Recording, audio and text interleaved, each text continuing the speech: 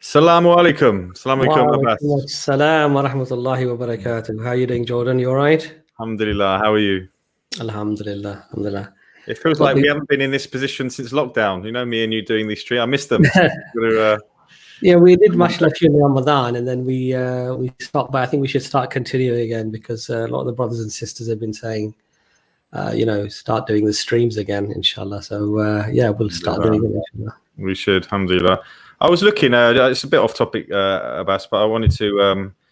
I thought it was very interesting the countries that EFDawah that people watch, because when I'm saying Assalamu alaikum, I'm often wondering how many countries around the world are we giving salams to. And I looked on here, and it was saying that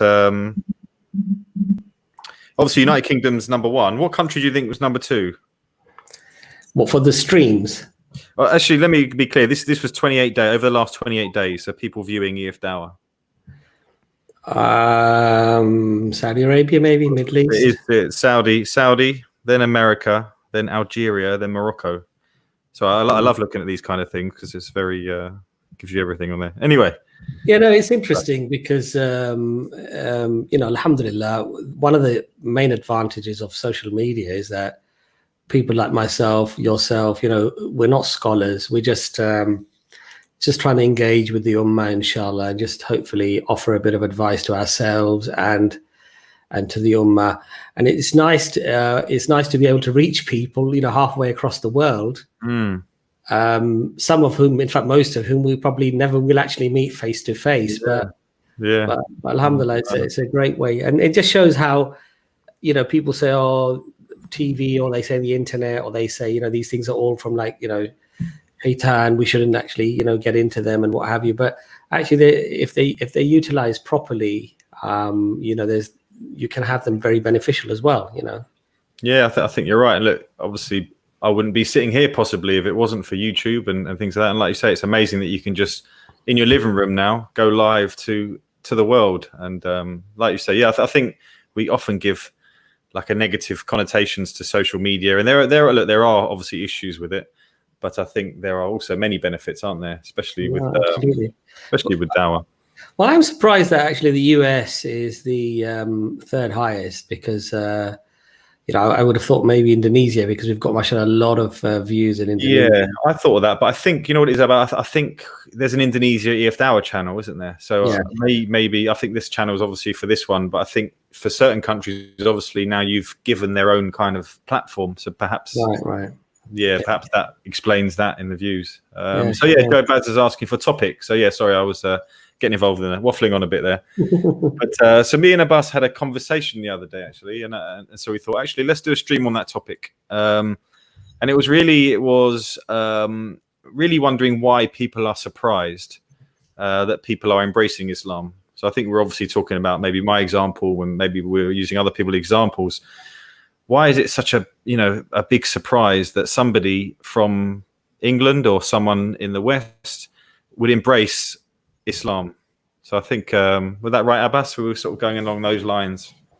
Yeah, that was a conversation. I think one of the things might be interesting, actually, if we do put a link out for anybody who wants to join, preferably, I think if they're a revert, because it's always nice to actually hear people's stories and their journeys, but it's also very nice to hear post-accepting Islam, how they felt before they accepted Islam, psychologically, emotionally, spiritually, and then once they accept Islam, how does that change? And it's very interesting to actually often listen to people. Yeah. I mean, I remember you and I've had lots of conversations about that as well. And your lifestyle before Islam and after Islam, and, the things that you perhaps viewed and felt, and then post-Islam. And it's very interesting because obviously from a born Muslim perspective, a lot of those things perhaps are a little bit alien to me. But I suppose we are going to do another stream as well. We're going to do another stream, which is inshallah, I think we said reverting. Is that right, Jordan? Yes, the reverts. And that's going to be an interesting one, inshallah, because that's going to be looking at people who were born in a Muslim family, and they identified themselves as Muslims, but people's journeys are very different, and sometimes there isn't this academic acknowledgement for Islam being true. It's not something that people arrive at through very logical or rational reasoning, but often it's just a consequence of being born in a Muslim family and just going with the flow, but not really truly believing it wholeheartedly. Let's say, that's a good point.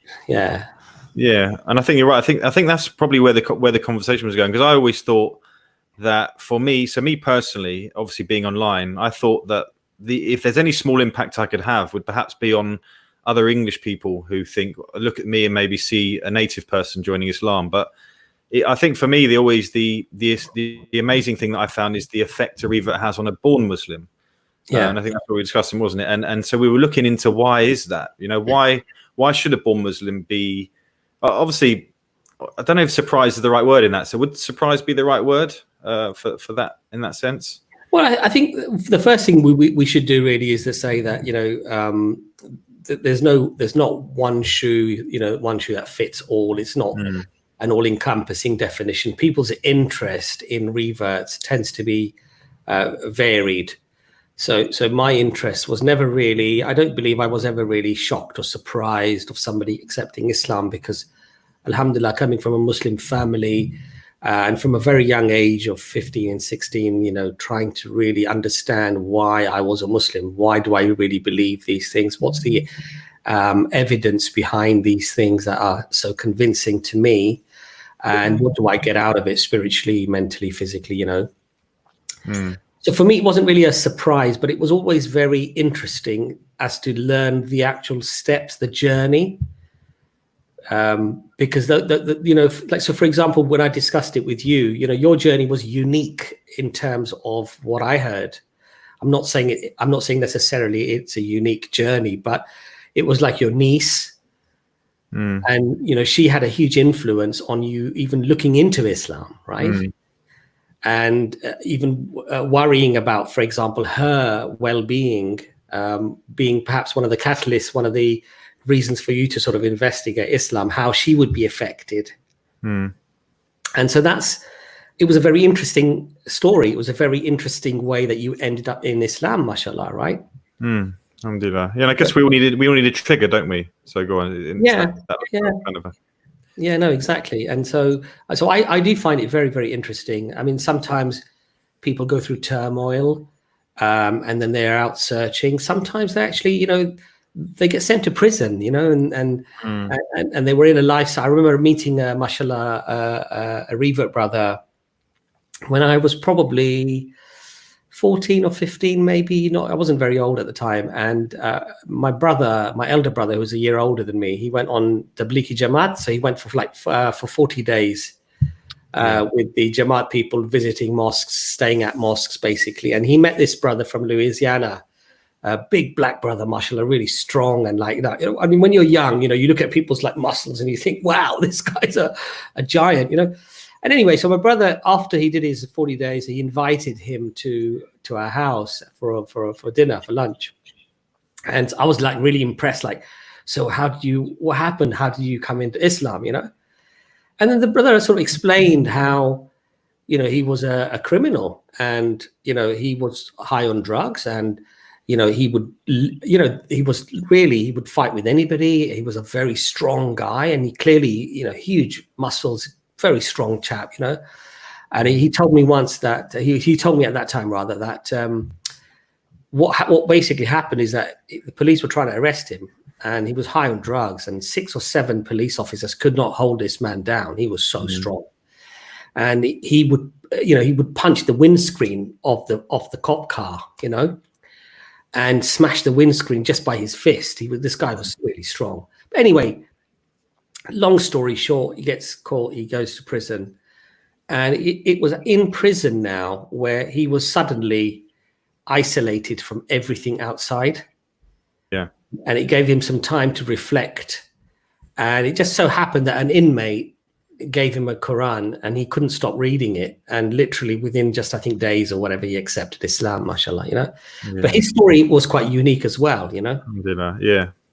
But the thing is, we shouldn't stereotype, because there are lots of people who are just very academic, very intelligent, they have good jobs, they have a very good life, very good standard of living, and just through deep contemplation, reflection, searching, comparing religions, you know, they end up accepting Islam. So it's this, a lot of people sort of see it where it's only one type of person. You've had to have a really bad life, you've suffered a lot, you know, you're a emotional wreck, you have psychological issues, you're in prison, and it's only those people that accept Islam. In fact, most people, Sorry, say that again. Ginger, I said. Yeah, that's in there as well. That's a stereotype that works quite often as well. But what I'm trying to say to you is that, so we don't want to generalize, and so I don't want to generalize when it comes to Muslims being surprised as well. So because not all Muslims are surprised because of the same reasons. So I don't want to sort of pigeonhole everybody into one place, but there are a lot of Muslims who are surprised, and they're surprised, I think, for the wrong reasons. And those reasons are, you know, they feel that perhaps Islam is restrictive, and, you know, it's not free, and you can't do what you like. And then suddenly this woman, you know, in the West, living in a very liberal society, able to do whatever they want to do, whenever they want to do it. And then why are you accepting Islam, you know? And so that to me is surprising, because for me, that means that you truly haven't internalized Islam within yourself to realize that it is absolutely true, and that everything it tells you to do, because it comes from Allah, the one who created you, that it's going to benefit you, it's going to be good for you, whether it's spiritually, whether it's physically, mentally, you know, it's going to be beneficial, it's going to be good for you. And in fact, the confidence that whenever anybody looks at Islam with an impartial, with a neutral, with a balanced view, that they, of course, they would accept Islam. Why wouldn't they? You know, and I think that's the correct opinion to actually have. But I think a lot of people are surprised because perhaps they live in the East, whether it's the Middle East or the Far East or the, you know, just the East or Africa or wherever, and they see a white man or a white woman or a black man and a black woman from a Western background accepting Islam, and they're sort of astonished. Why are they doing that? You know. But I think if you truly believe that Islam is from Allah, and you believe that it's, you know, it ticks all the boxes, all of our needs are satisfied with Islam, why would you be surprised? And I think I remember the conversation, Abbas, and it was and like I said, I get these questions, and it'd be good to hear if other reverts get these questions as well. You get these questions from Muslims, and like you say, it may be, I don't want to say a certain type, but maybe somebody, either a younger Muslim or, you know, because like you said yourself, you're not surprised. But I think it's, they'll look at perhaps a revert, and in their mind, you know, the Western lifestyle of going out clubbing, you know, doing what you want. Why would you give that up? You know, why would you give that up? And I think that is what we mean by the title, by being surprised, is what makes an individual, you know, give up all of this perceived greatness out there, this freedom, this opportunity, and live a restrictive lifestyle. And I'm saying that as a perception, because I personally don't believe that's what's happened in my story. I'd say it's the other way around.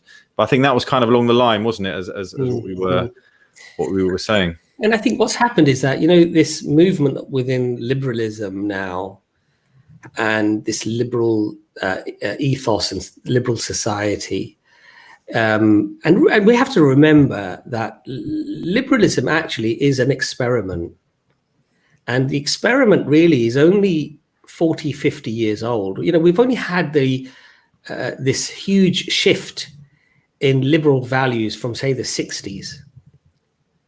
very late 50s, but really more the 60s, sort of the beginning and the mid 60s. We've had this sexual revolution. We've had this, we've had this scenario where, having relationships outside marriage was no longer wrong. Having children outside marriage was no longer sort of to be shunned. It was perfectly, everything was fine, everything was good, and you could do what you like and be free.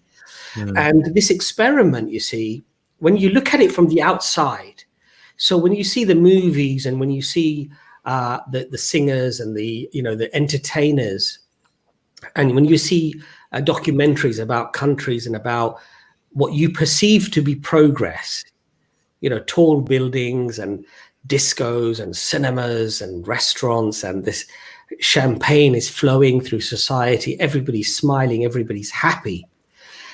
But what you actually end up seeing is just the window dressing, So, when you go to a shopping center, a mall or whatever, the windows are dressed up beautifully with the best clothes that they have, with the best lighting they have.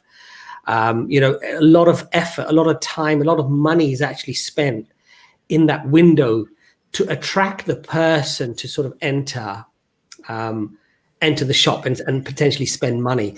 And liberalism and this liberal sort of lifestyle is very much just like that window dressing, It makes you think that you're actually looking at something that's amazing. But once you start digging below the surface, and the fact that now the experiment of, these liberal values, the experiment is now, you can quantify the results of this experiment, because now there are lots of studies to show, well, where does this type of lifestyle actually lead to? And 20, 30, 40 years ago, there wasn't that much data around. You couldn't really do a thorough sort of investigation where the swinging 60s, where have they actually led us to? Is society more content? Are people happier? Is there less suicide? Is there, less mental illness, depression?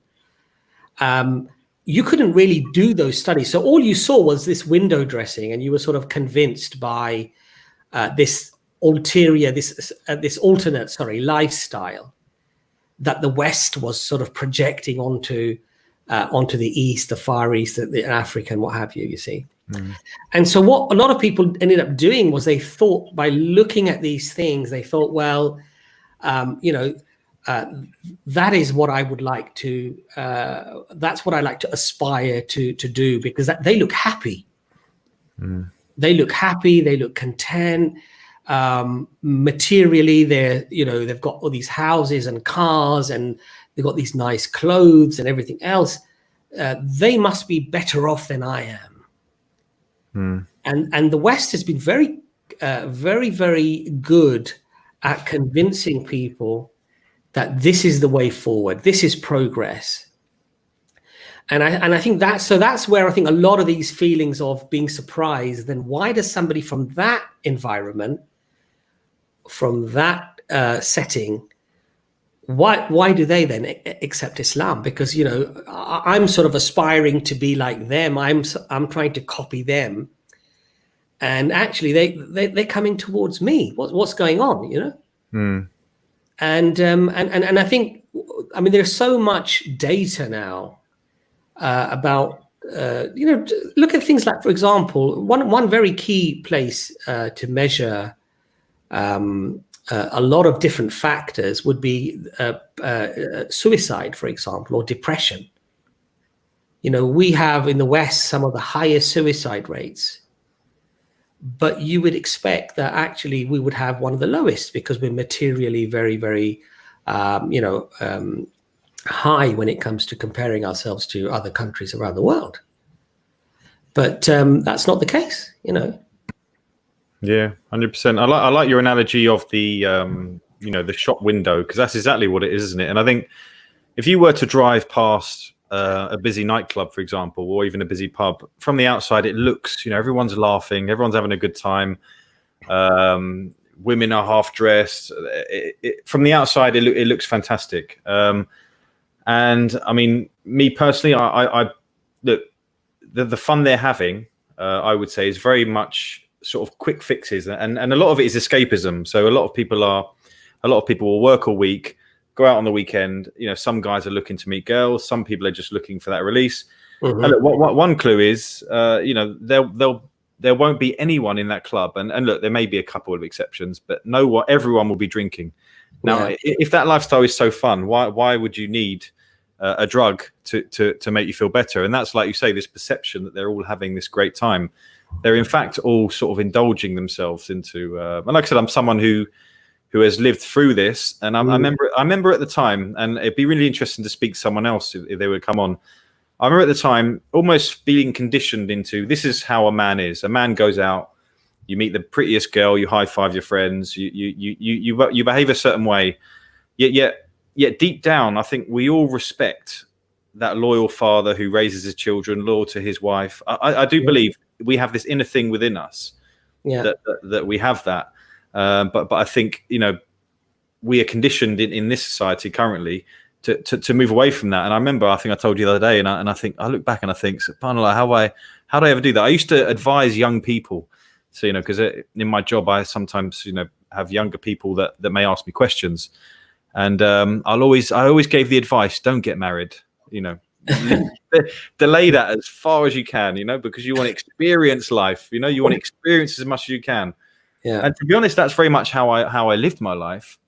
And when I look back, I think that all I was doing was kind of almost destroying myself. And if you meet middle-aged man who's never married and lived that kind of life, there's something inside that's kind of destroyed, I feel. And this is, I'm talking very much from personal experience. But there is that element to it. And like I said, I mean, I won't be giving that advice anymore. But that was the mindset I was in. Yeah. And you know, alhamdulillah, now Islam made me reflect. You know, looking into Islam made me reflect and look around me and think, is this what I should be doing? You know, should I be doing this? Is this the right thing to do to other people? And yeah, so. And really, the thing is that, you know, Jordan, it's people like yourself who've lived that life, and then became Muslim. MashaAllah, have become Muslim, that you can really be able to judge between the two types of lifestyles. You know. You know, somebody like myself, I half of the stuff, you know, if not more, I have to be guessing what it feels like. But I remember having lots of conversations with young guys, you know, in their late 20s, maybe early 30s, you know, and they literally said to me, going to clubs and stuff, I don't know why I do it, because I'll really be honest with you, I don't enjoy it anymore, and I don't enjoy, and then I don't enjoy afterwards, knowing that I've just wasted all that money. And I'm just thinking, like, why am I doing this? It's like a robot. I'm just repeating the same thing, and it's almost like he was living a life because his associates, his friends, wanted him to live that life with them. You know, he wasn't living his own life. He was living a life for them, basically. Yeah. Because if he wanted to socialize, if he wanted to feel one of the boys, the in crowd, he had to go clubbing and pubbing and stuff like that with them. Because if he didn't, you know, he felt that he would lose that sort of companionship or whatever, you know, that company. And I thought that was quite sad, that a grown man who was the guy was educated. I dropped him off, I remember, at the Waldorf Hotel. So, you know, it's an expensive hotel. The guy had money, you know, and just talking to him, you know, and and you learn so much about people. And I remember asking one guy, he was very young, maybe in his early 20s, you know, and he was just telling me how his lifestyle, that he was just in one relationship after the other, one after the other, you know, and I just said to him, can I ask you a question? And he was like, sort of at first, like almost boasting, but I said, can I ask you a question? Be honest with me. I said, are you really happy with this type of lifestyle? Or would you prefer to have one person perhaps that you could commit to, they could commit to you, and it would be a very much trustable bond and relationship? And he went quiet for about 5 seconds, and he said to me, he said, you know what? Yeah, I would probably love to be in a relationship like that. But he said to me, unfortunately, it's very difficult these days to find somebody like that. So again, it was like the circumstances around him were almost controlling him and dictating to him as to how he should behave. Yeah. Rather than him feeling that I'm free and I'm in control and I can do what I like. Actually, that freedom was just purely an illusion. Yeah. You know, he was being led by circumstances around him because he was in a situation where he had to have that type of a lifestyle, to have a relationship. Otherwise, it was very difficult, he said. Yeah. And imagine how hard it is for him to meet that right person. If you were living that life where you're working a week and then going out to you're not going to find your soulmate in a nightclub or whatever they call, you're not going to go to a nightclub and think, okay, is this woman good mother material? Is she, does she have this? Or she's certainly not going to be probably Muslim either. So, yeah, I definitely think that. Or even worse than that, Jordan. Now you've got these apps where people literally go on to, literally like Amazon, that you go and buy something, and people hook up in that way. And now that might, you see, and this is the whole point here. The point here is that we as Muslims need to realize that yes, we have these perhaps desires for the opposite sex, for example, or to be able to eat or drink whatever our hearts desire. We have these inclinations, we have these desires. We might perceive even people who are able to do all of those things actually happier than us. But what we really need to do as Muslims is we need to think to ourselves that if I believe in Allah and I believe that this Quran came from Allah and I believe that the Prophet Muhammad, peace be upon him, was the best of all examples, then surely Allah would tell me to do that which was most beneficial to me. And so even if I perceive something to be different, it's my perception and it's my mind and it's me that's probably at fault here. And so I shouldn't be surprised when a non-Muslim comes into Islam, because clearly they've recognized something perhaps that I myself as a Muslim have missed. Do you see my point? I do. And so I love when I talk to you, for example, and you tell me, that subhanAllah, I feel a lot more at peace and I feel a lot more contented. I feel a lot more sabr, a lot more patience when some sort of adversity hits me, because I know that there's a reason for that, and everything has a reason. Things are not happening randomly. Everything has a meaning, and Allah sees and He witnesses everything.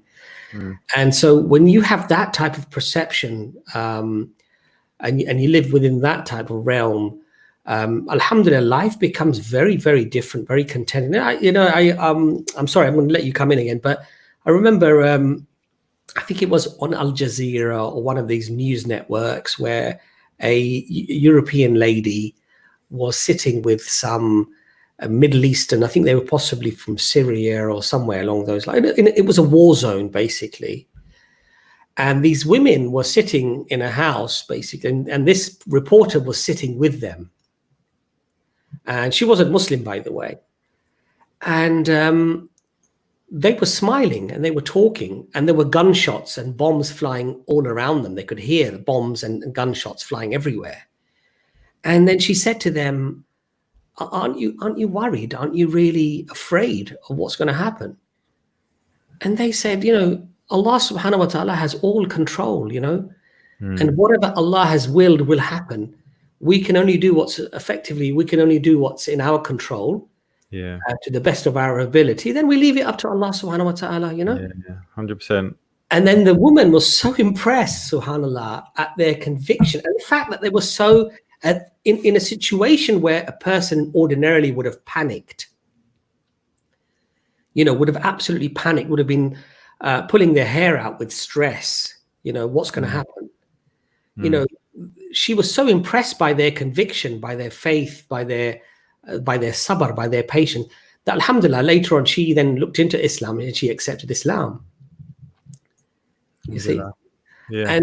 And so it's very important for us Muslims to realize that when people from the West are coming into Islam, actually their lifestyle, this ultra liberalism, this extreme liberal lifestyle, actually is not giving contentment. It's not giving happiness. It leads people to actually very dark places. And in fact, they're actually they're searching for, they're craving Islam, but it just needs to be packaged in a way, and by that, I don't mean packaged as in, you sort of accommodate people's desires and their needs. I'm saying that the harshness that sometimes we see on the media and what have you, obviously that's going to turn people away.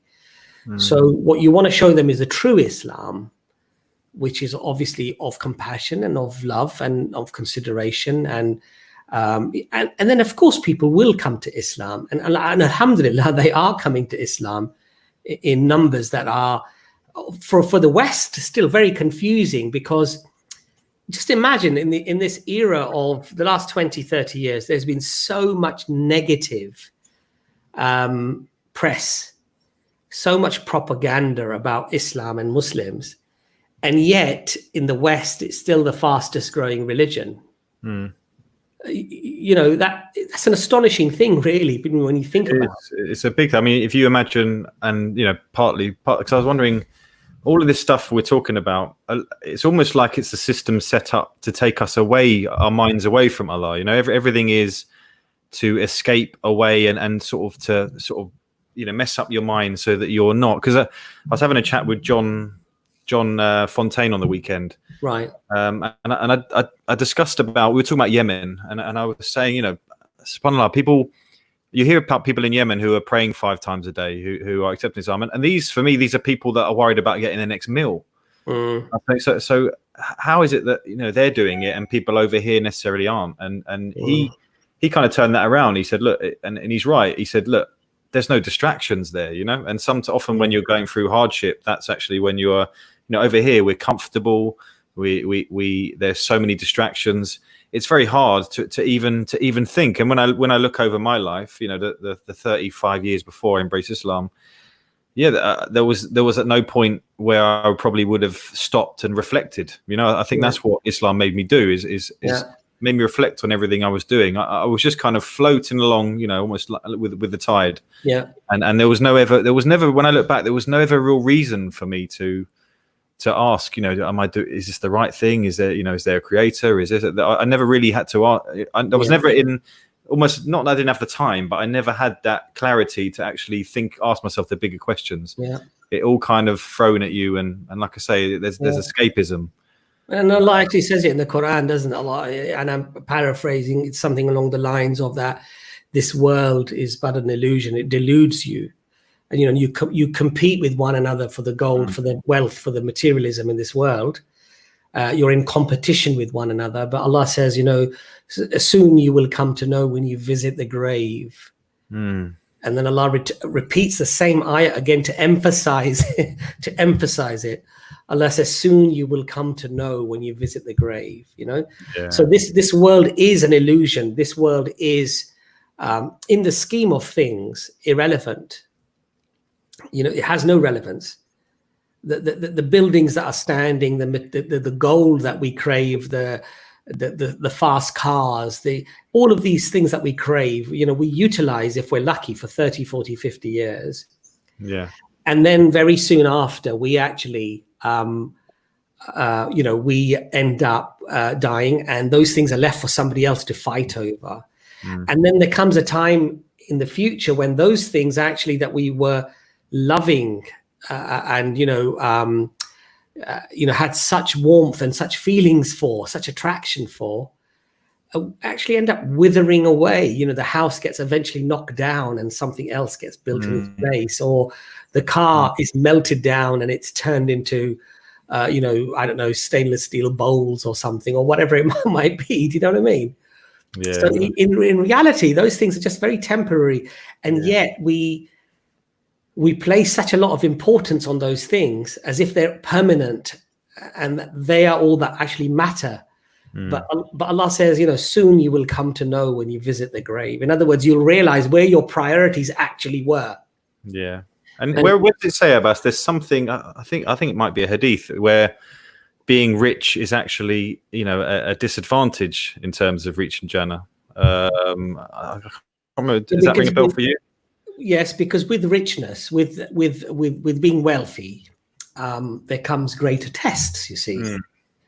And suddenly, you know, if you're a person of wealth, then many avenues open up to you that perhaps weren't accessible before, you know.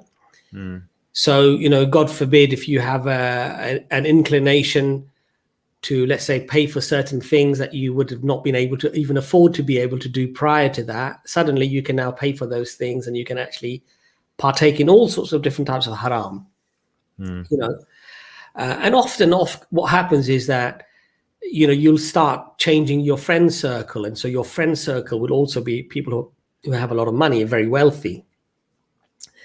And wealth generally, especially if it's not earned in a halal way, has an effect on yourself and on your family. You know, something that foundationally is not halal, if the root is corrupted of a tree, of a plant, then don't expect the fruits to be sweet that come out of it, you know. And so what ends up happening is you end up meeting people with a lot of money. Some of those people perhaps have made their money in a very dodgy way, not in a halal way. So their desires, their actions, you know, every cause has an effect, you know, and you can't escape those effects if the causes are bad causes, you know.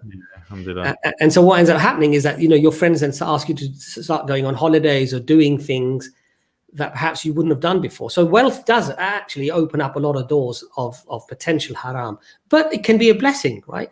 So if you use the wealth properly and you give lots of charity and you live within your means, you're modest, you're not arrogant, you're not boastful, and you help a lot of people, your friends, your family, then it can become a means for you to earn Jannah. But unfortunately for most people, you know, for most people who end up getting a lot of money, it tends to go the other way. It tends to go the wrong way, unfortunately.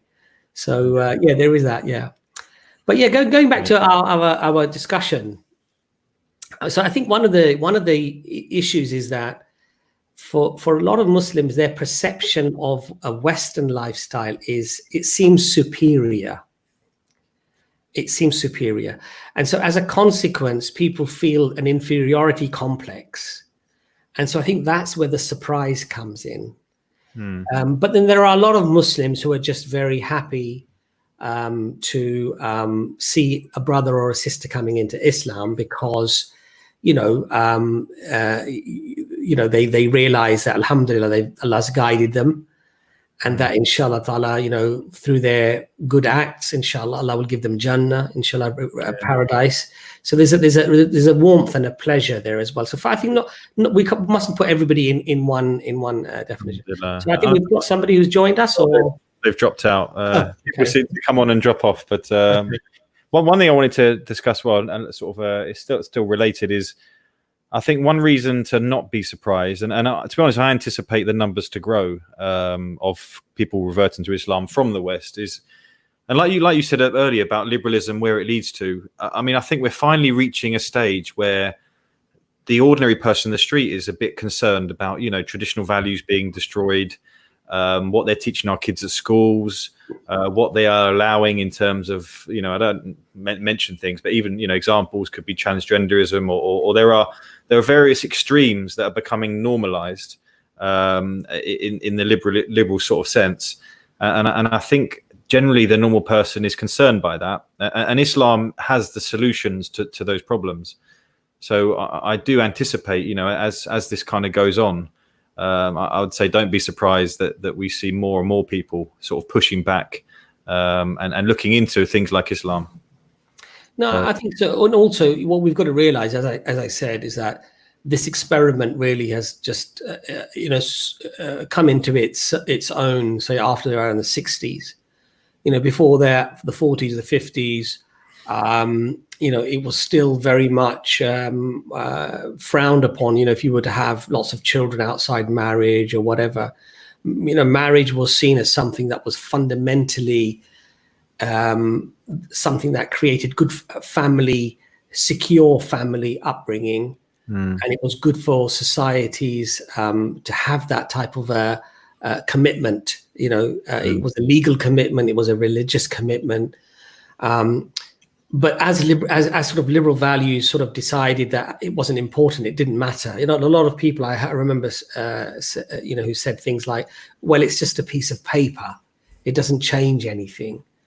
And I think, unfortunately, and a lot of people just simply regurgitate out these statements, thinking that they are actually intelligent statements, but they're not, because it's not just a piece of paper. When you stand in front of potentially hundreds of people and you commit to that individual, it's a contract that you're doing, not just between the two selves, but in front of witnesses. And you're prepared to have those statements witnessed by people, that I effectively will undertake the responsibilities that I have as a husband. Yeah, I agree. And I think you're right. It's just a bit of paper. And I think even when you look at the infidelity and the amount of people cheating on their spouses, and it's kind of not really that bad anymore, is it? You can kind of destroy your family, cheat on your wife, leave her for a younger model, whatever it is, and you're almost seen as fine amongst your peer groups. It's actually become very normal. I think, like you said, marriage has become normal. I think cheating on each other has become fairly norm. And even the act of sex itself, we've done streams on pornography and other things. It doesn't really mean much anymore, does it? People give their bodies out willy-nilly, and I think people are becoming concerned with because I think it's got to a stage where it was kind of becoming, these like you say, the 60s, and it was becoming cool, but it's becoming, now we're slipping away into a place that you think, wow, where's this leading? And alhamdulillah for Islam in terms of all that. Absolutely. I mean, I want to just ask you, Jordan, actually, that, in terms of, I would say, what are the main factors, let's say, that you would have valued prior to accepting Islam that perhaps you discovered when you came into Islam? So, leading sort of a very Western sort of liberal free lifestyle, a lot of people sort of say, well, it doesn't lead to real contentment and peace of mind and peace of soul. So when you are clubbing and you are drinking and, you've got, partners and what have you and everything else, you've got the flashy car and the nice holidays, and all the other sort of things, sun and sand and everything else. Does that lead to contentment and peace of mind and happiness? Or are you grappling? Are you always grappling for something more? That's a brilliant question, because I think, I can't deny that sometimes these things, you buy a nice car or even, the act of going out to a nightclub and meeting people. These are very much short term, and I wouldn't even call them enjoyments. They're kind of like quick fixes, and I think they are kind of covering up a sort of thing you feel inside. Now, I remember even before Islam doing what I was doing, but still sometimes when on my own thinking, cool, I really did that. I did that to that person without really thinking about anything.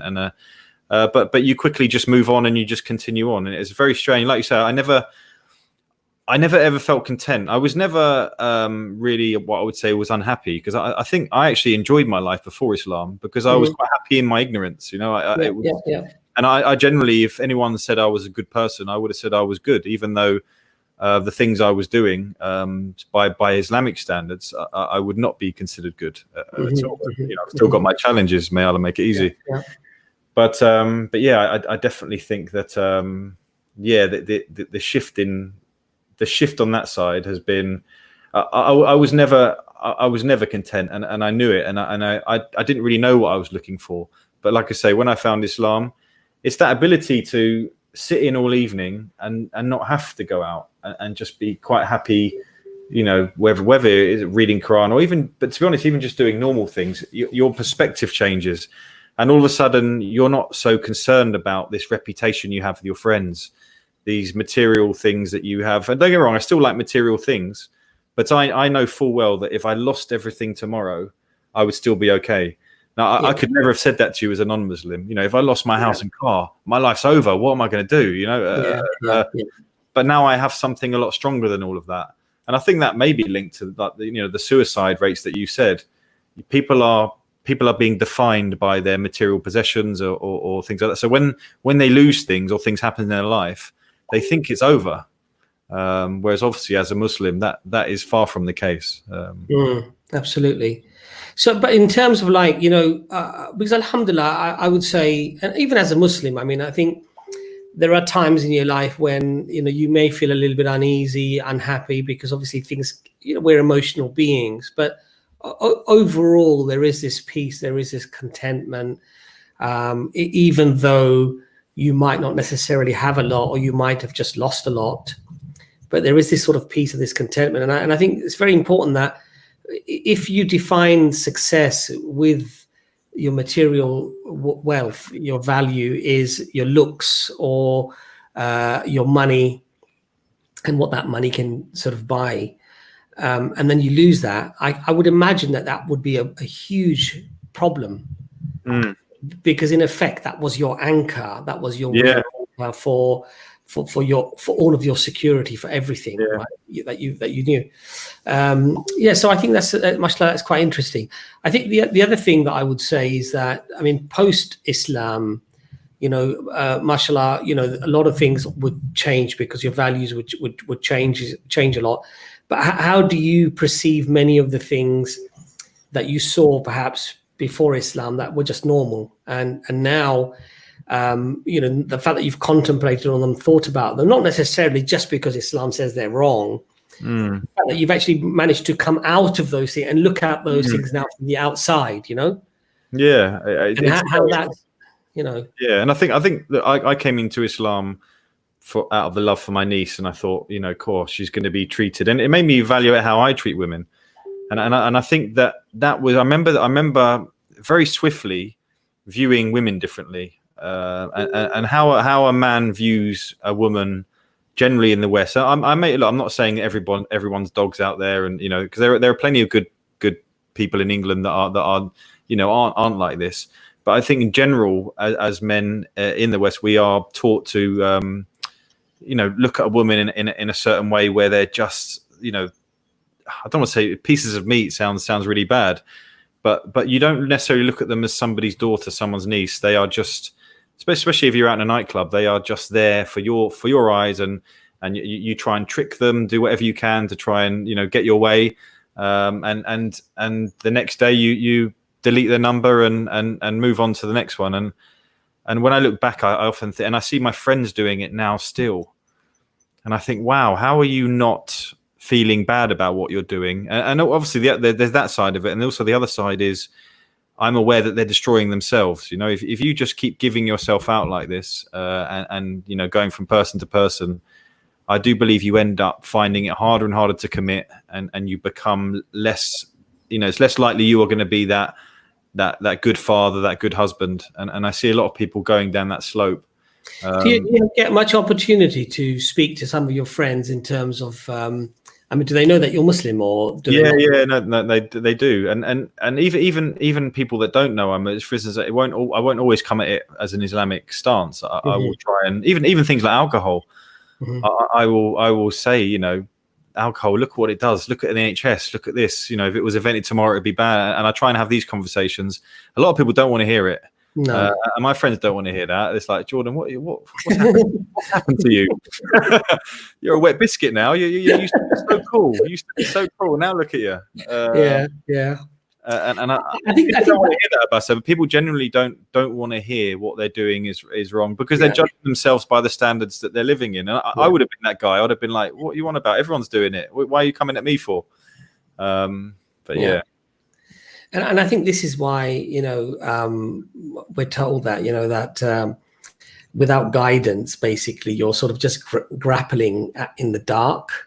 You know, and it's only the guidance that illuminates you. You know, in other words, the way that you perceive things or see things after you've received guidance is very different from when you didn't have guidance. You know, and so Allah does say that, you know, for example, that even their evil deeds, their bad deeds seem fair to them. So it's a bad thing. And if they were to really seriously sit down and really deeply contemplate, they would recognize them to be bad, and the reason why they would, because they wouldn't want that to happen to their daughter or their sister or their mother.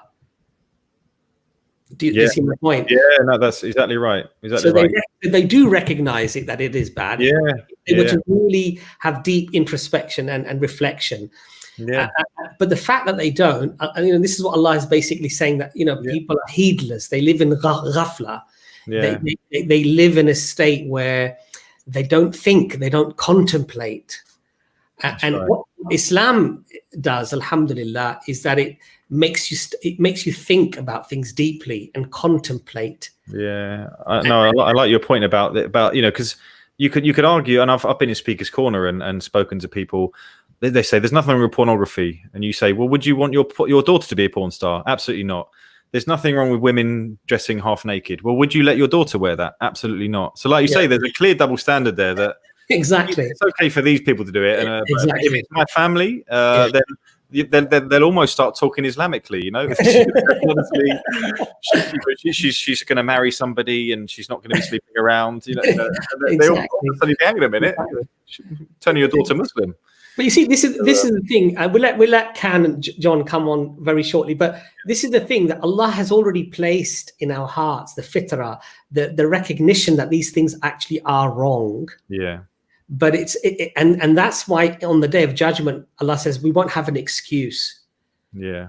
Because Allah will say that this was already placed within your heart. You had a recognition, but you chose not to think about things. You chose not to reflect on things. No. And you chose to override those feelings. Yeah. And continue with the things that you were doing, and that's why you're accountable. And that's 100% for me in terms of even giving people dawah.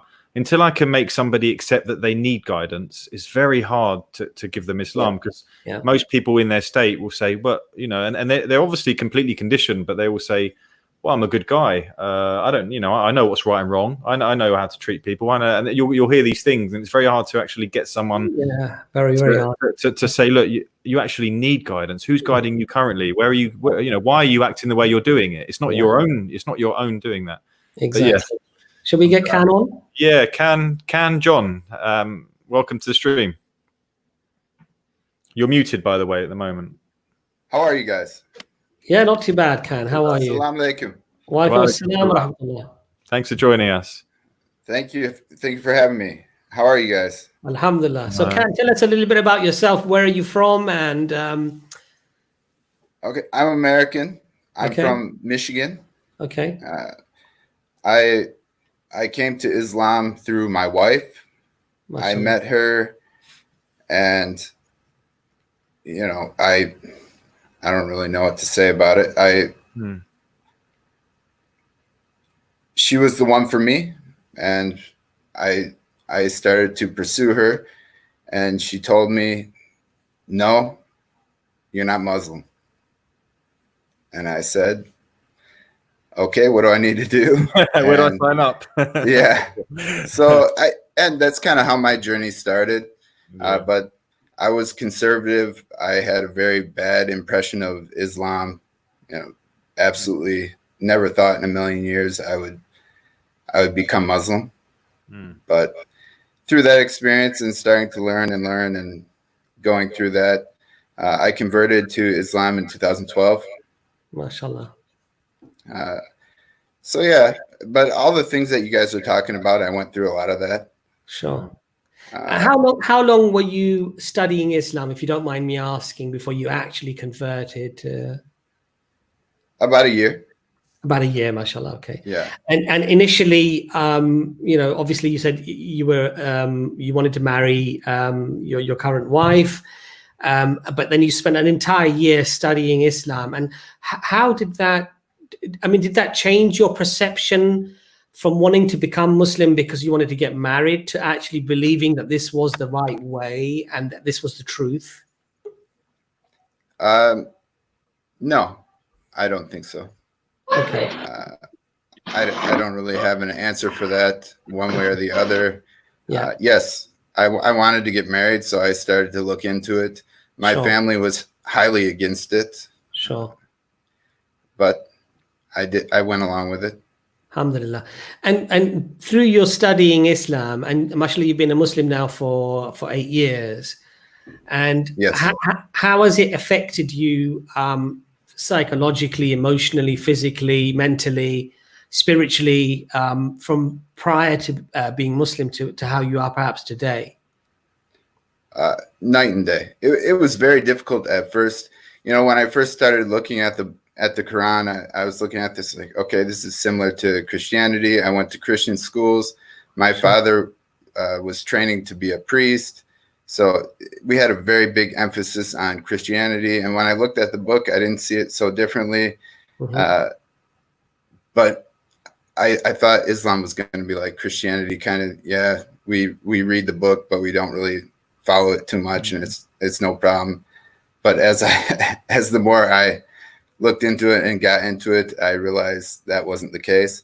But everything changed completely. All my friends changed. My relationships with my family changed a lot. Everything was much, much more beneficial. Alhamdulillah.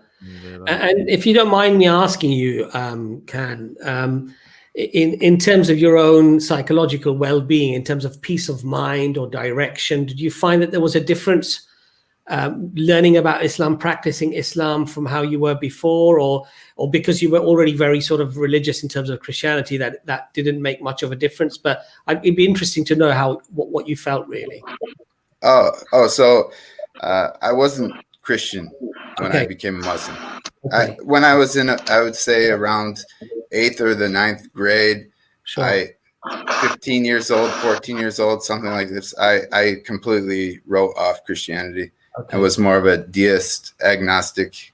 Sure. But yeah, absolutely. Coming from a position of agnosticism, it was a huge psychological impact on myself. Sure, mashallah. Yeah. And do you get much opportunity to speak to your family about Islam, or is it quite difficult? Or yeah, I speak to my father about it quite often. My mother is not so receptive.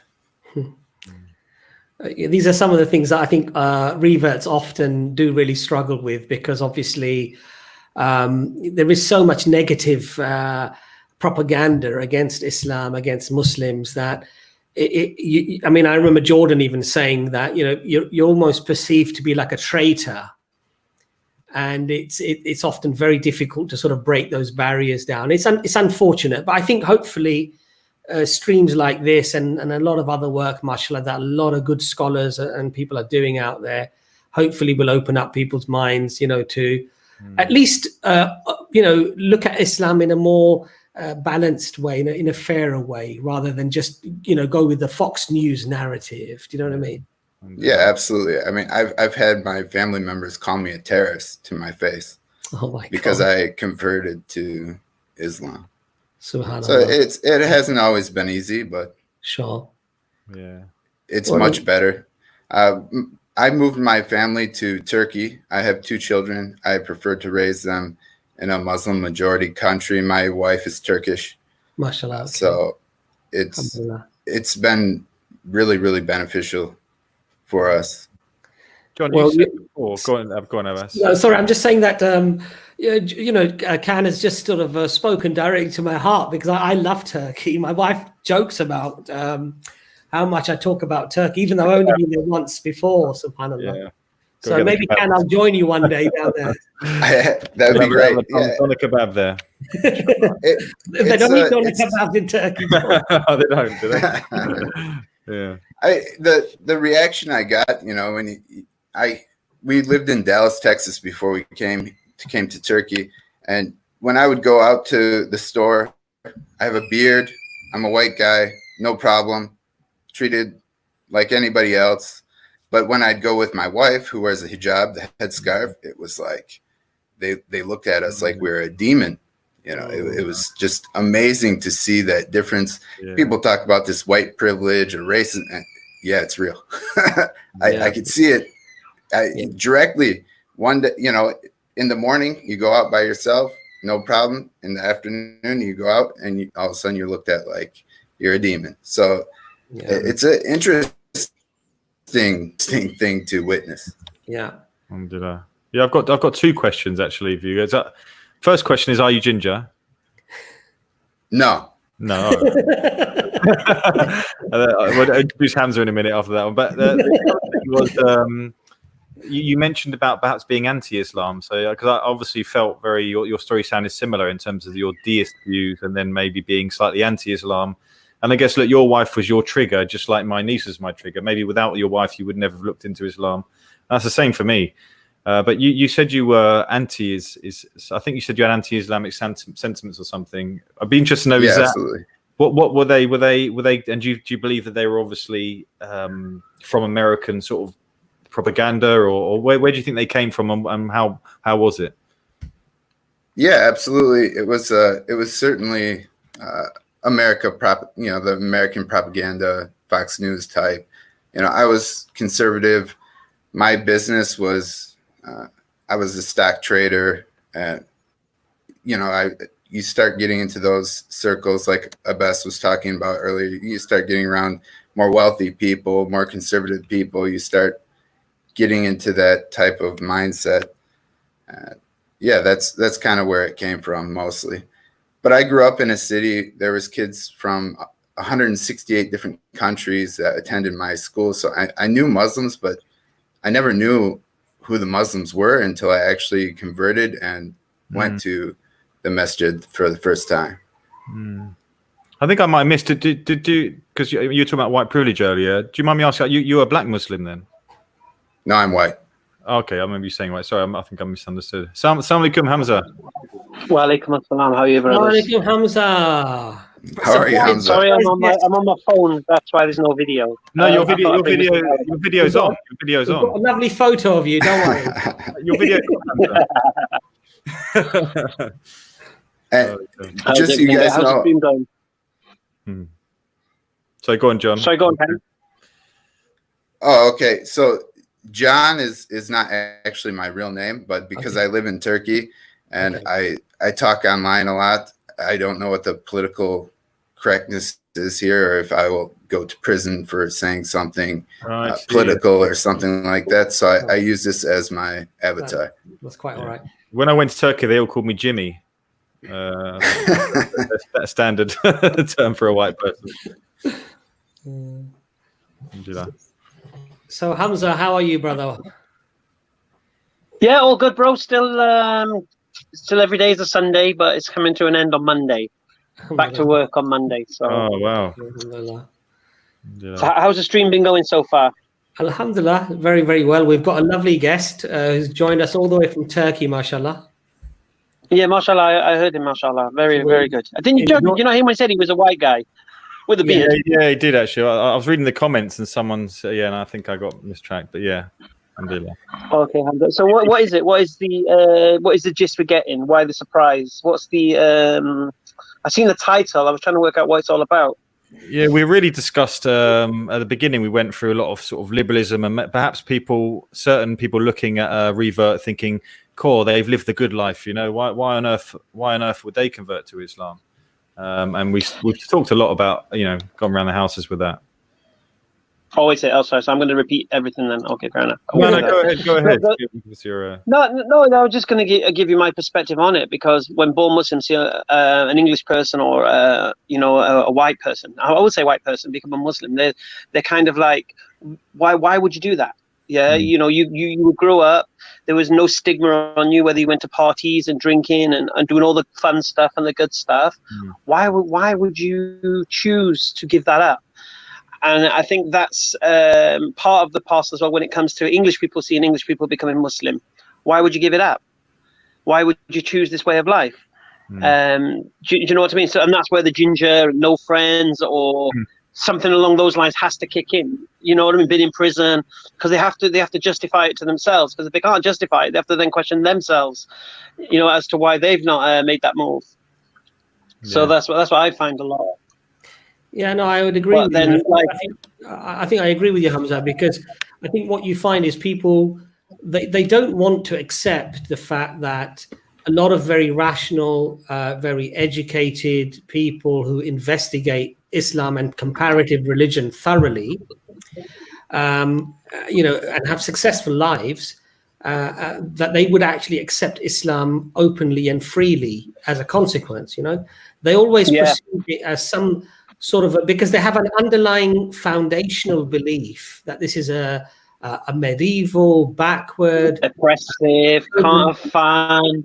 Exactly. Yeah. But the funny thing is, though, Abbas, is when people, I've had it quite a few times calling me a Muslim wannabe. Yeah. Yeah. Oh, you're a Muslim wannabe. You're a Muslim wannabe. And my reply to that stuns them, and they can't answer, right? And I just simply say, why would I want to be a Muslim? Yeah. And they're like, so why would I choose to restrict what I eat? Why would I choose that I can't drink and can't do drugs and partying and clubbing? Why would I choose that? Why would I want that? Because that's the question. That's the question they need to answer for themselves. Because if I want to be a Muslim, why? Yeah. Why would I choose that oppressive, misogynistic, backward, medieval, Bronze Age religion? Yeah. Do you get me? Yeah. It makes no logical sense. Yeah. If in there, because they come at me from an Islamophobic perspective, so they're already thinking Islam is backwards and this and that and oppressive and whatever. Then why would I want to be that? Yeah. And trust me, bro, when anyone says that, it stuns them. Their face just looks at me and goes, well, I don't know. You get me? It's awesome, honestly, because that's the reality. Islam, I tell it to many people, Islam isn't easy. Yeah. That's true. This is not something you do for an easy life. Yeah. This is something that's going to bring trial and tribulation to your life, depending on your circumstances, obviously. But it's not an easy thing to do. Yeah. So again, this would roll back to your why. It would come back to why. Why would you choose this way of life that's going to stop you doing the things you used to do, and is going to restrict what you eat and restrict what you do and how you socialize and all these kind of things, and maybe you're going to ostracize your family because they're going to disown you and whatever that. Again, born Muslims are going to ask that question. Why would you make that choice? Yeah. And the answer is a simple one. Because Islam is the truth. Islam is the truth of the reality of this world. Yeah. That's it. Like it, don't like it. It is what it is. Yeah. Now, either if you're intellectual, you accept that and just get on with it, or like Jordan did, or you remain in ignorance, like George did. Yeah? That's it. There's no two ways about it. So the answer to the question is why are they surprised? Is because they think we are giving up so much and restricting ourselves so much, and they think they're missing out on all this partying and all this going on. Do you get me? Yeah. That's my perspective anyway. I don't know if you spoke about all that stuff. No, we did some of it, but I think also the fact that Muslims need to be more confident, actually. And of course, it's a minority. Most Muslims are, alhamdulillah, they're very confident in their religion. But a lot of Muslims tend to have this inferiority complex, whereby somehow their life is less full of less pleasure, contentment, happiness. But in fact, when we think about it, all the social sciences, the studies that have been done, a man and a woman get more pleasure from a loving, caring, long-term relationship and family and children than they get from these very fickle things about going clubbing and pubbing and just having lots of different partners. The real happiness, the real contentment comes from security and comes from trust. Having a complete trust of your spouse and having that very close-knit family unit. And this is actually what Islam propagates. And a lot of the laws that people look at within Islam that they see as, draconian, they see as overarching and overbearing and very strict, are actually all put in place to protect that very, sanctified unit, the family unit, basically. So that's very interesting. Ken, one other thing I wanted to just ask you is that your transition from America to Turkey, how are you finding life in Turkey? Because Turkey is one of the places that I would love to perhaps one day, spend more time in, because I've always liked Turkish people and I've always actually liked Turkey really, really, quite a lot. But So what's your life like there in Turkey at the moment? It's amazing. Yeah. It was really easy. My wife is from here. Her family's here. The exchange rate is very beneficial. Yeah. So it's been great. I have 2 kids, and her parents help a lot. And it just, that you're talking about that family unity, that family bond. It really shows through in Islam versus coming from a Christian family. And like you guys were talking about earlier about the suicide rates, my best friend from elementary school, as soon as we finished high school, he killed himself. He committed suicide. My best friend from high school, as soon as we finished university, a year after, he killed himself. So I saw a lot of that kind of stuff happen throughout my lifetime. And Islam it just erases everything. You have, like you said, you have nothing to worry about. Alhamdulillah. And the family unit is a huge piece to that. Yeah, absolutely. And this is why we want to, inshallah, make these sort of streams, because we want our brothers and sisters all around the world to understand that actually, it's not just wishful thinking. It's not just, oh, we're Muslim, so we have to try to big it up. We have to try to make it look like it's amazing, because otherwise, we have, mashallah, a lot of data, social sciences, psychological studies now that actually prove our case, even with empiricism, that actually this family bond, this family life, this contented, secure family unit, a society that works in tandem with one another to build and to help one another, a charitable society, these things lead to a much better, much higher quality of life, And so, of course, we're not going to compare a war-torn country somewhere in the Middle East or in Africa or wherever and say, oh, look, there's a very low level of contentment. Or if there is if there are dictatorships around the world that profess to be Muslims, but the people are quite upset and they're sad there, we're not going to compare it to that. What we're going to compare it to is if Islam becomes the measure, the yardstick by which you measure right and wrong, and it's Islam that governs society with its openness and its fairness and its, and its ability to bring people together and secure and create safety for the family, for the community as a whole. That does in fact lead to a much happier, a much more content society. And your reflection upon the people that committed suicide.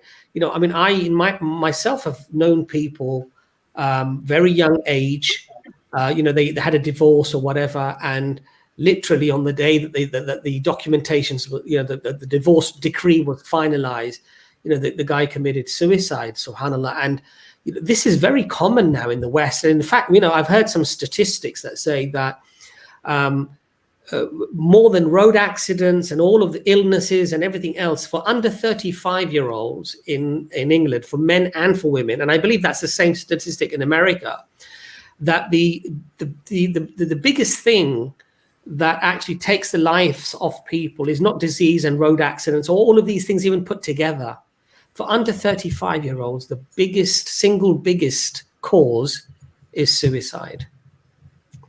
Yeah, it's a terrible thing. It's a horrible thing, and I think, and this is where Allah says, Allah says in the Quran that when they turn away from Allah, when they forget Allah, Allah makes them forget themselves.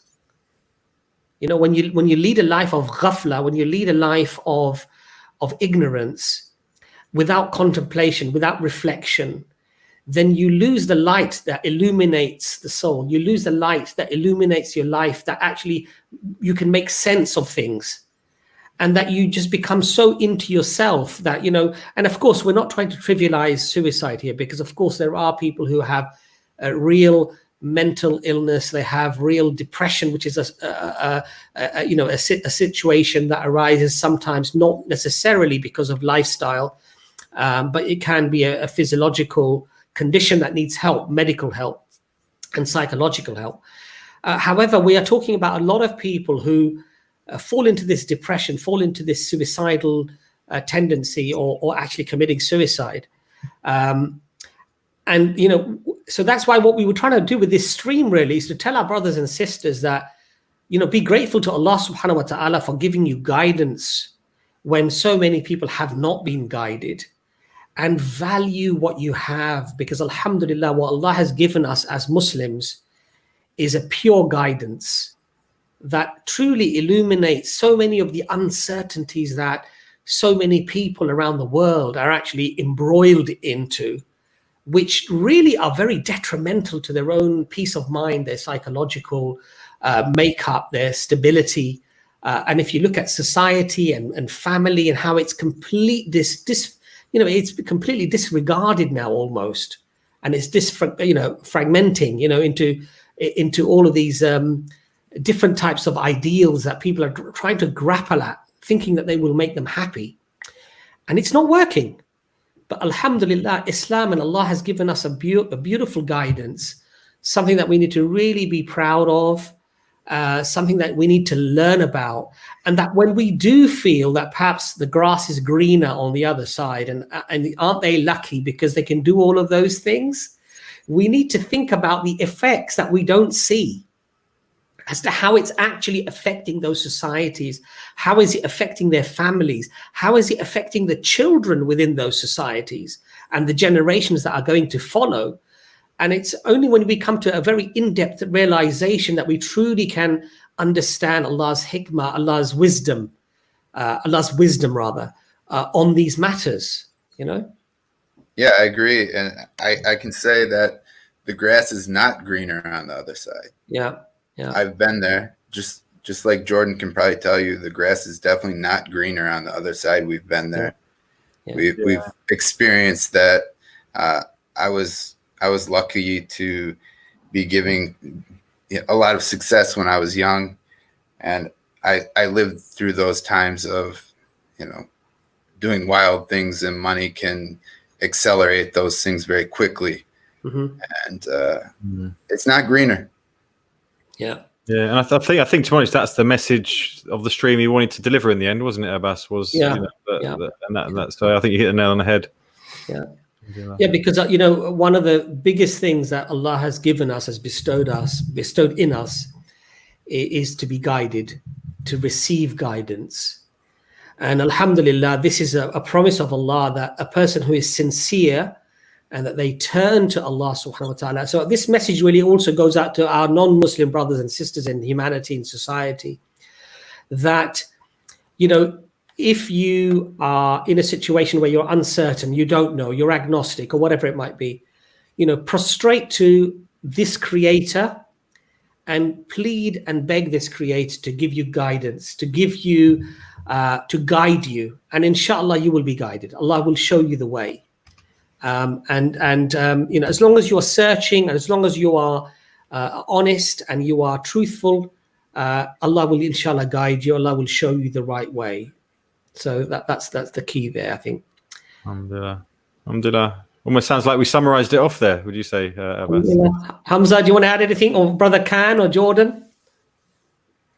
One thing I would say from Hamza's comment is something I've always thought, and obviously I've been to Saudi where Islam is prominent, but I've always thought, because you know, Hamza made the point that, and a very good point, that why would you want to be Muslim is a really good response, because you know what possible, from their perspective, what possible gains am I getting if it's not for genuine, you know, and I think for me, part of me is always happy that Islam isn't a fashion, you know, that Islam is something, not that it's a struggle, but if look at Buddhism, where you've got all these men in yoga pants turning up to yoga studios, you know, and you look at these other the people are joining on.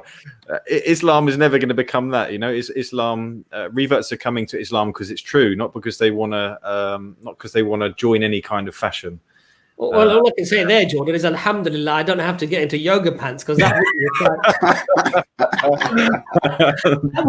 would probably turn people off to Buddhism forever. Yeah, alhamdulillah. I don't know why Hamza's gone so quiet on that comment. But, alhamdulillah.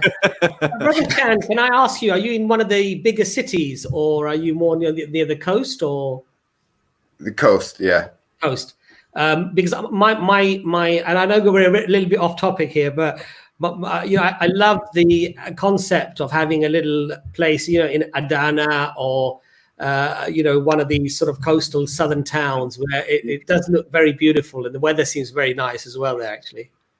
Yes, it's absolutely beautiful. Weather is perfect.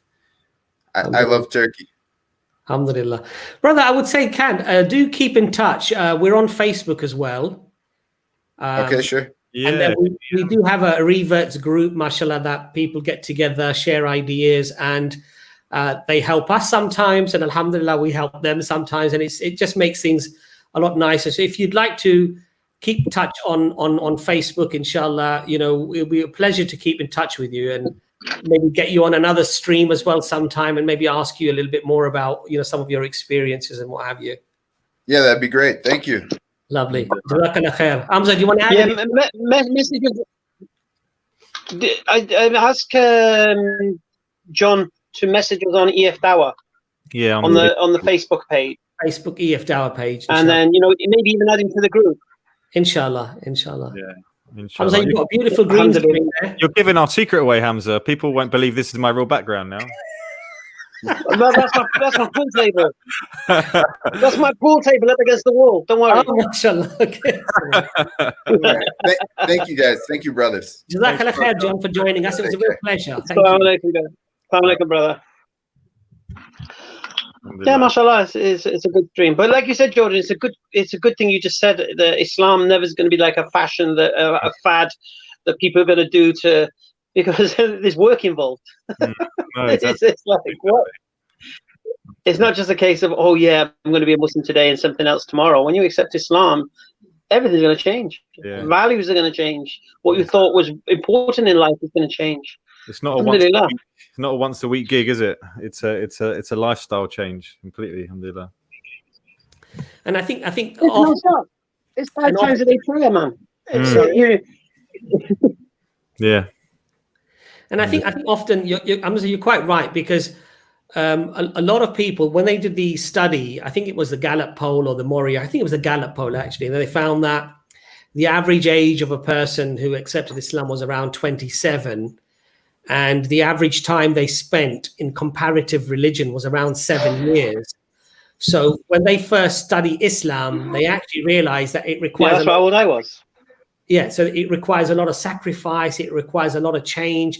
And of course, it goes completely against the narrative of what we have today in the media and everywhere else. So what they end up doing is they try to go to other religions to see if they can perhaps find in those religions a connection. And often what happens is they come back to Islam because it is the truth. And so then what ends up happening, they accept Islam knowing full well that actually, you know, it's not going to be easy, but alhamdulillah, the long-term benefits, you know, are going to be enormous, mashallah. And so they accept Islam. And the other thing they found is that the average level of education for these people was postgraduate. They were educated people. They were young. They were successful. They're successful people. They're not people who are completely like, you know, unemployed, not been working for 20 or 30 years and just living off benefits. It was actually quite the opposite. They were very educated, successful people, mashallah, and young, and mashallah, they're accepting Islam. And I think for the non-Muslim, even if you hate Islam and you hate Muslims and you hate everything about Islam and what have you, I would hope that you would just look at that statistic and you would just contemplate and reflect as to why a young, successful, educated person, you know, who's happy, he's content with his or her life, but because they study religion, they study comparative religion, that after 7 years of investigation, which religion do they choose? They choose Islam. You know? And that's something that people should really reflect upon. And at the very least, I would hope, look into those reasons, like Hamza, Jordan, like brother, you know, Khan, who was just on now, you know, look into why was it? What convinced them? What did they look at? What did they see? And just be humble and think to yourself, well, maybe I've missed something. Maybe I've been lied to. Maybe my perceptions have been wrong because of what I've seen or what I've heard. You know, and that's very, very important that a person reflect upon things, because if you're honest, we all get duped into thinking many things, right? If somebody comes up with a really strong argument, we find it very convincing. But when we delve a little bit deeper, when we investigate a little bit deeper, we realize actually perhaps the opposite is completely true, Alhamdulillah. Yeah. So Hamza, are you playing pool standing or? Yeah, and the thing is that got to be emphasized. What is this? No, the pool tables are against the wall. What I was going to say, yeah. The thing is, you see, what is this truth? This is the key, you see. What is it? Is it just a good way of life? Is it if you live it, you're protected from the dangers of society and all of this kind of thing and the poisons and that? No. The truth of the reality of this world is when you die, it's not the end. When you die, you've got the grave and the torment or the punishment or the rewards of the grave. Then you're going to stand in front of your creator. Then you're going to be held accountable. So this is what this truth is. It's accountability for your actions. And this is what we as human beings have to wake up to, that we're not just here and die and that's the end. That's why when someone like myself or like Jordan or anyone who embraces Islam, for that that's the reality we're embracing for. And that's why we're taking it on the chin if we can't do the things that we used to indulge in and enjoy or whatever it is, because there's a bigger picture. And that's the truth. That's the reality. And I don't think people understand that. Because if Islam is true, then hellfire is true and paradise is true. Yeah. And the grave is true and the angel of death comes and everything. It's all true. And that's the reality that people need to wake up to. Inshallah. Even though I challenge anyone to bring a better way of life than Islam, anyone. Yeah. Even so that's just like a consequence, if you like. Yeah. But the reality is this: when we die, it ain't the end. Yeah. That's the end of my phone. Does that make sense? Yeah. No, absolutely, mashallah. It's very powerful, alhamdulillah. Yeah. So, mashallah, Jordan, we've been going on for now just under 1.5 hours. I think it was a good amount. Inshallah ta'ala. Jazakallah Khair for everybody who is watching and is commenting. And do share these videos, because obviously, every time you share something, inshallah, that may help somebody, there's a reward in that for you as well, and alhamdulillah, inshallah, for us as well. The streams are all about really trying to advise ourselves and benefit ourselves by doing what Allah has asked us to do, which is to present good things, to spread good things, and inshallah ta'ala, for the listeners, the viewers, do try to push the streams onto other people as well that they can benefit from as well, inshallah. Inshallah. I mean, Assalamu alaikum. Wa alaikum assalam wa rahmatullah. Assalamu alaikum, everyone. Is there a stream next Sunday? Next Sunday, isn't it, Hamza? Next Sunday? Yeah, Gospel of John. Gospel of John. Next Sunday, we're taking apart the Gospel of John. So tune in. We're taking a can opener to the. Is that going to be at 10 p.m. or are you guys going to do it a bit earlier or? No, 10 p.m. 10 p.m. is usual. Okay. Alhamdulillah. Yeah, it's a good time for ijaz. Okay. All right. Okay, then. Assalamu alaikum. Wa alaikum salam.